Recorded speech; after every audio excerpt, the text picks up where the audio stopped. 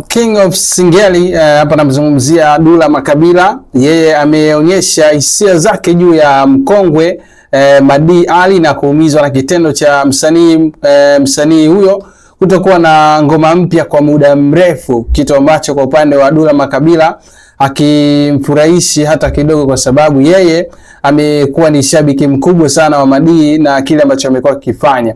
Kupitia ukurasa wake wa Instagram amepost video na kusindikiza na ujumbe ambao unasomeka hivi: kiukweli nikiwa kama msanii na shabiki wa muziki wa kaka yangu Madi, naumizwa sana na ukimya wake. Naomba mashabiki zangu na watu wengine tuliopo kwenye tasnia mnisaidie kumuuliza ni kwa nini hatoi ngoma, au kama kuna sababu unaijua au kuihisi, naomba uniandikie hapo chini kwenye comment.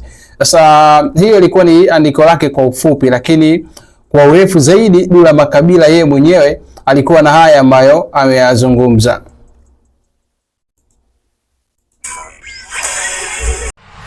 Bwana, mambo vipi ndugu zangu? Kwa majina naitwa Dula Makabila, King of Singeli, mtumishi wa serikali kitengo cha burudani. Kuna kitu kimoja mimi kimekuwa kinitatiza sana. Na leo nimeona nishie na nyinyi mashabiki zangu. Kwenye industry Dula Makabila nimekuwa mtu mwepesi sana kwa pamoja wasanii zangu, na sio tu wasanii zangu, hata wadau wengine, kutokana na mchango mkubwa kwenye industry yetu ya muziki. Kuna time nawataja kwenye nyimbo, wana appreciate kwa namna hiyo. Pia hata kwenye interview ambazo wanazizungumza, na hata nje ya kamera na mic, ni mtu ambaye nina appreciate sana. Lakini kuna brother mmoja ambaye sikuwahi kumtaja sehemu yote, na mimi binafsi sio kama sipende kumtaja, ila yeye mwenyewe ndio huwa apende kutajwa. Ila kiukweli kabisa naweza nikasema kwamba ana mchango mkubwa kwenye muziki huu na tasnia nzima kwa jumla, na ameacha alama kubwa, kwa sababu bila yeye pengine tusingekuwa na Rayvanny, bila yeye tusingekuwa na Dogo Janja, bila yeye tusingekuwa na Maarifa. Ukiachana na wasanii ambao nimekutajia, wewe kama shabiki, mara ya mwisho ni lini umesikia wimbo Madi?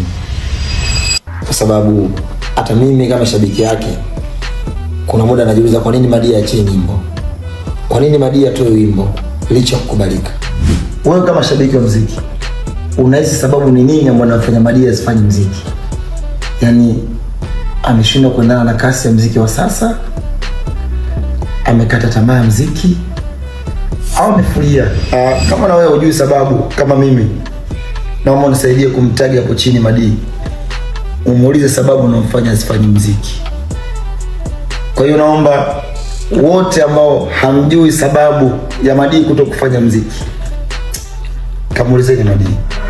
Yes, sasa hiko ndicho ambacho amekizungumza na Dula Makabila kupitia akaunti yake ya Instagram pale, na kimewagusa watu wengi sana. Kama Dula Makabila hataki azifahamu sababu ambazo Madi zinapelekea kushindwa kuachia nyimbo kwa mfululizo kama ambavyo wengine wanafanya.